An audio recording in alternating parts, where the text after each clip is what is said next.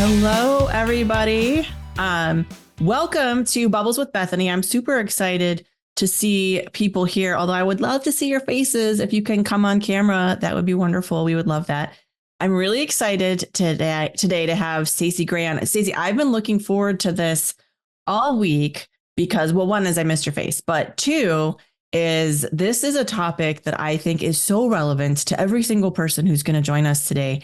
And they're going to get so much out of it. Of course, we're always going to talk about superpowers and conscious wealth, but your expertise in systems and process and all things that make a business scalable is something that I know is in all of our minds today and every day, because you're probably on Zoom right now with a whole bunch of visionaries.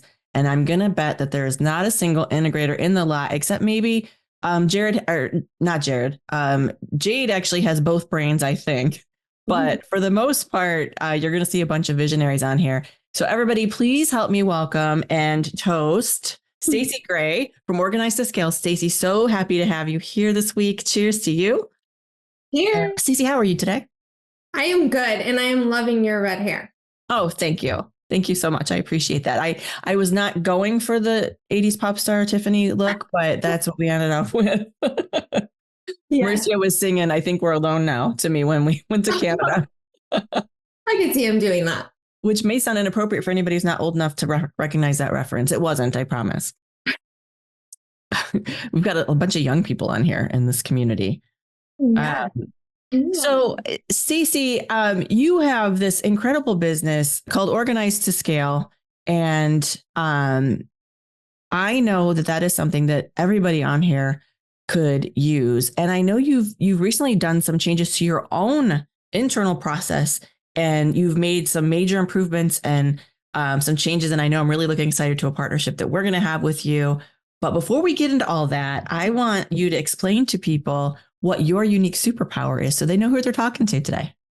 So I was actually thinking about this because I was on with you maybe a year or two ago. Yeah. And I have no idea what I answered then. So if I'm totally a different person today, I apologize. But today I'm growing. And what I say now is my superpower is I speak visionary and I also speak integrator. And that has been what has allowed me to organize to scale businesses, because in order for us to scale our businesses, we have to organize and scale ourselves. And sometimes we get in our own way and we have blind spots that we just cannot see. And sometimes the way some people say, hey, you have a blind spot, is a way that we can't really receive it and hear it. And say, so as a visionary, we say, well, you don't get the vision. You're not going fast enough. We've got to go. There's so much opportunity. Let's hurry. And that energy, if somebody comes at it and says, well, it's not going to work because of this and this, what you didn't think about that, and so didn't agree with you, it like deflates a visionary so much that they're like, okay, next person, because you're not on board with what I want to get done and I'm ready to go and I want to get a lot done. And so I help visionaries and integrators communicate better with each other so that they can get more stuff done. And the integrator's job really is to come to the visionary and really get the vision, like see the front of the puzzle box, understand it, and be able to articulate it back to the visionary. And the visionary has to learn to slow down and let the integrator really learn their vision. Because as a visionary, we eat, breathe, sleep our vision. We think about it in the shower. We think about it while we're driving. We think about it 24/7. And then when we bring on an integrator or somebody to partner with, we think that they should get it like that. And because we're high D, we're ready to go. So they should get it and they should be going. And so when they start asking clarifying questions, we feel like they're poking holes in our idea. And so I train integrators to say to their visionaries, oh my gosh, this vision is amazing. I can't wait to make it happen. Can I ask you a couple clarifying questions first so I can make sure I can execute it for you? And it'll let the visionary slow down to be like, okay, I'll calm down. I'll tell you everything. And then the integrator gets to go off to the races and get it done. And that partnership then forges, which is so powerful because I've sat in the visionary and integrator seat separately, and I've also sat in both of it at the same time. And it's impossible to scale your organization when you're sitting in the visionary seat and you're sitting in the integrator seat, because The visionary seat is externally focused. They're all about how can I serve more people? How can I reach more people? How can I do more deals? And the integrator is internally focused. They're like, how can I systematize things? How can I create operational efficiencies? How can I build and lead a team? And so when we try to scale our organizations without having a specifically defined visionary role and a specifically defined integrator role, we're fragmented and we stall and we hit a lot of more ceilings as we try to scale. So my superpower is speaking both languages and then getting them to speak with each other. That is a critical superpower that I don't actually know another human being has. I don't know any other humans that have that superpower. So I bless you, because I know we all need that.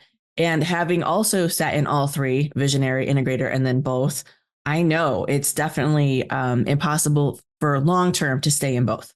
Yeah. And it's also difficult to play one or the other if you're not really one or the other for very long as well. Yeah.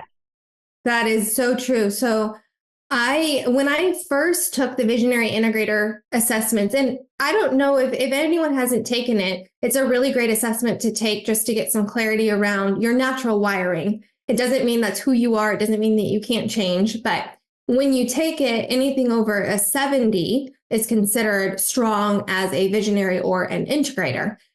When I first took it, I was a 93 integrator and like an 82 visionary. And that was when I was sitting in the integrator seat. And then when I switched and I started sitting in the visionary seat, my visionary skyrocketed and my integrator went down. And I could see that inside of my company. I could see that, oh, wow, I'm no longer on top of dotting all my I's and crossing all my T's and giving the team the empathy that they need. And it was impacting my bottom line. It was impacting my margin. It was impacting my culture. And I had to make the tough decision to choose. And when you hit that ceiling, I obviously chose visionary. And I had to learn to let go, which for me, being an integrator who knows how to dot my I's, cross my T's, and organize everything, I could come in behind the people I hired and be like, no, that's not how you do it. Like, I know exactly how to do this.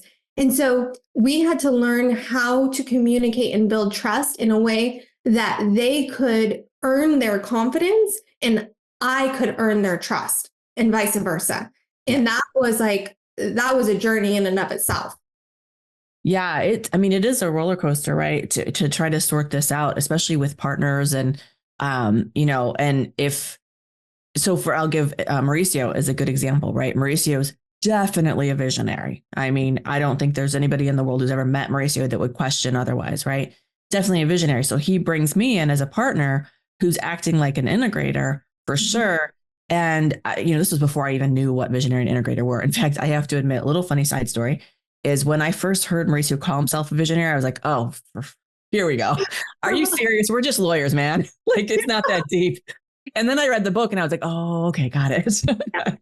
Like, I was like, are we really doing this right now? But now I get it. He's definitely a visionary, right? And then I took the test and guess what? I scored high on both, but I'm definitely naturally a visionary. So I was forcing myself into this role of integrator. I'm good at, I'm a lawyer. Of course, I'm good at the detail and all the things, right? I do not super love it.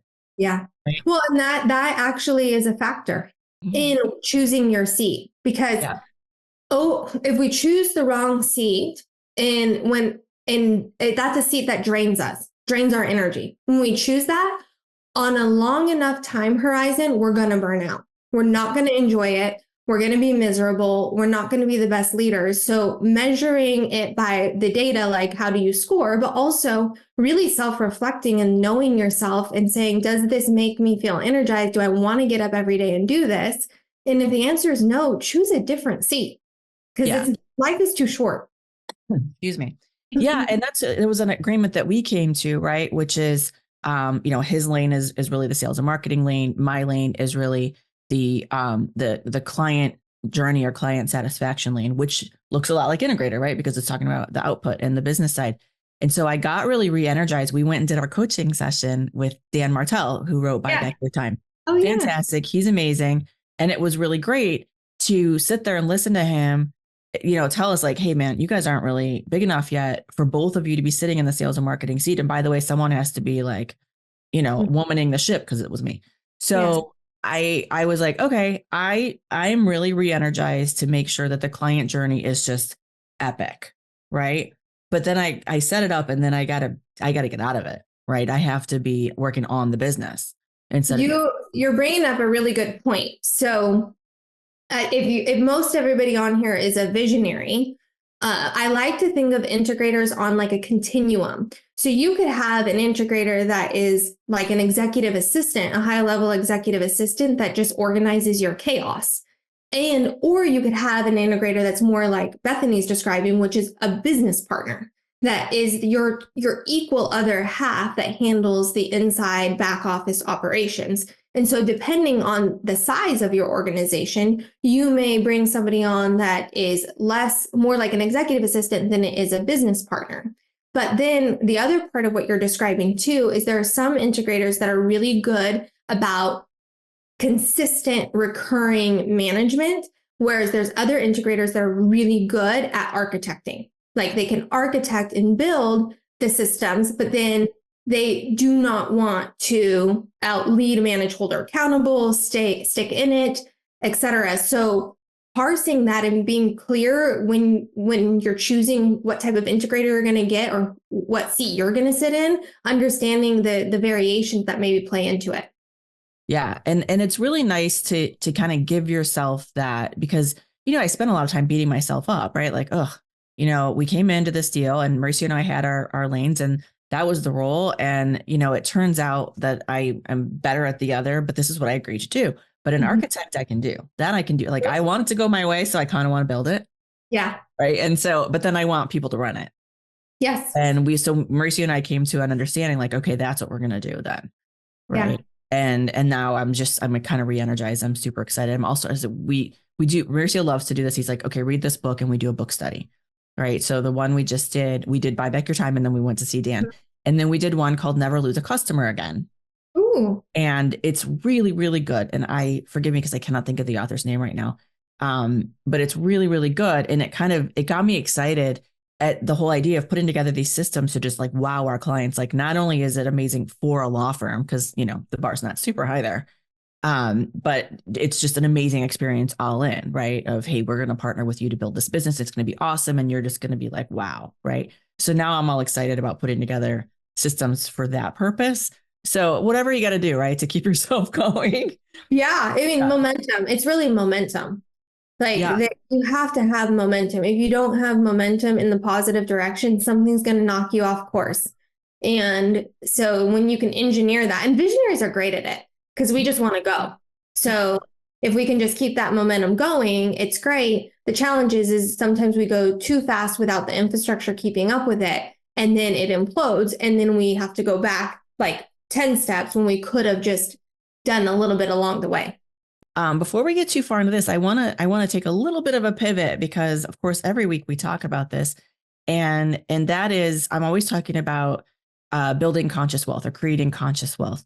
And one thing I've learned is that means something different to everybody, at least somewhat different. It's kind of got a personal meaning to people, and I just really love to know what makes people tick, and I want to know what conscious wealth means to you. So this is going to be probably an unusual answer, but I think that every entrepreneur or every infinite leader has to find their eyes closed reason for doing eyes open things, because money is never enough of a motivator to keep us going. At some point, it's not fulfilling. You adding more and more zeros to your bank account. It's not the thing that if you had $1 million and you didn't wake up tomorrow, would you want the $1 million? Probably not. So we have to find our eyes closed reasons for doing eyes open things and make sure that we don't sacrifice our eyes closed reasons in pursuit of the eyes open things. I love that so much. And it's a nice way for people to sort of almost gut. I don't know. Do you guys feel that? You can like gut feel what she's saying when she says that, right? Mm-hmm. So just think about what it is that you're sort of wishing for and dreaming for, and is what you're actually doing during your working hours or wake hours. Is that fulfilling all of those things that you're hoping for and wishing for and dreaming for? And I love that so much. Mm-hmm. I got it wrong a lot. So I think everybody on here has, right? And, I mean, maybe it'd be a boring, a boring journey if we didn't get it wrong once or twice, right? Yeah. And who'd listen to us if we hadn't screwed up a couple of times anyway, right? Yeah. Yes, I'm learning. I think the bigger lesson in that too is, or double tapping on it is, we think it's the destination. Like, we think when we arrive here, we will receive everything that we're looking for. And I have now inverted it. I think the journey is the destination. The entire process is, because we don't get to the end of our lives and say, oh, I culminated in this event on my deathbed. That's not what happens. Like, we experience all of these memories and all of these moments and all of these joys and victories and losses and growth along the journey. And those are the moments that really resonate with our souls, not just that, oh, I'm leaving this legacy to my kids that I'm never even going to know I did because I'm on my deathbed.